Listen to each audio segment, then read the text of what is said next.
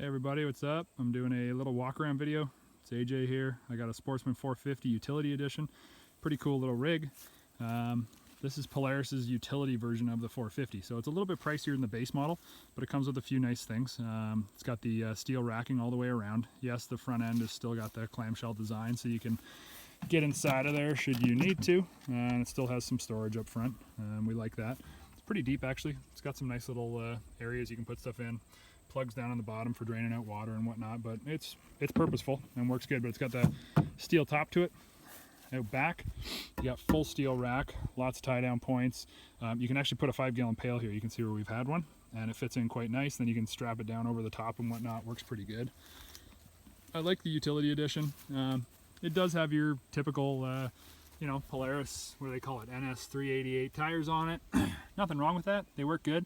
They're 24s. In a couple weeks here, we're going to do a little story on upgrading a couple of 450 and 500s, an older 500 and this 450, kind of the stuff that we see as being beneficial. But this vehicle works really good. It's fun to drive. It performs really well. It's got this nice bumper on it because it is the utility edition, this is like plate steel here. That's not plastic, that's real. It's got the 1.25 inch up front for your trailer hitch. Yeah, we like 2 inches better, but you know what, on a little 450 I think that's just fine, and it'll do the job it needs to. Has the tow point down below. It is McPherson front struts, but they work pretty good, and I can still rail something with McPherson's up front, no problem. They still work really good. It's a nice full featured vehicle. It's got the Polaris on-demand system. It's got the kind of typical Polaris gauge, but still has your digital stuff on there. I mean, it's not like you have an old school analog meter for your fuel or anything. It's got all the stuff that you need, all the info you need. Out back, again, 1.25 inch, so if you're pulling something or pushing something, you can use the same hitch for the front or the rear. The back has got a 1,225 pound towing capacity. Up front, I think it's 850 pounds is what they suggest you can push with it. So that's kind of cool. And then it's got your normal storage trunk at the back for Polaris.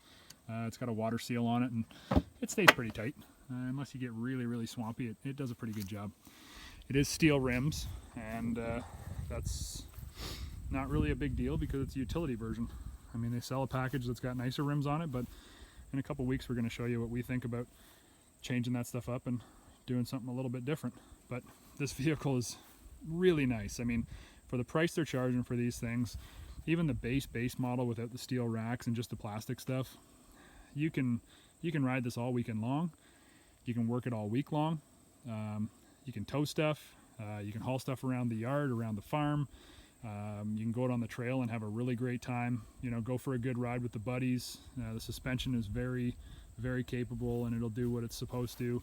I mean, I can ride this thing really fast and keep up with most people who are riding 650s, 700s, 800s, 850s. Doesn't matter. This thing moves. It may not get there as quick, but top end is great. Suspension, like I said, is great. It's got lots of features on it, lots of stuff that we like. And yeah, we did a full test ride on it. Luke did the test ride actually. It's pretty cool. It's coming up in a couple weeks. So check that out on the show, and it's going to be online too. But this little walk around is strictly just for you guys right now, just on YouTube. And yeah, just wanted to talk to you a little bit about this new vehicle, and I don't know, look for the upcoming test ride. Should be pretty good. This is one of our budget-minded rides. I've had a lot of people ask to do a little bit more on stuff that's priced a little bit more efficiently for the general public, and I think this is one of those vehicles. It's a hard vehicle to beat, and the price is pretty spot on. So anyways, look for the full test ride. Thanks, guys.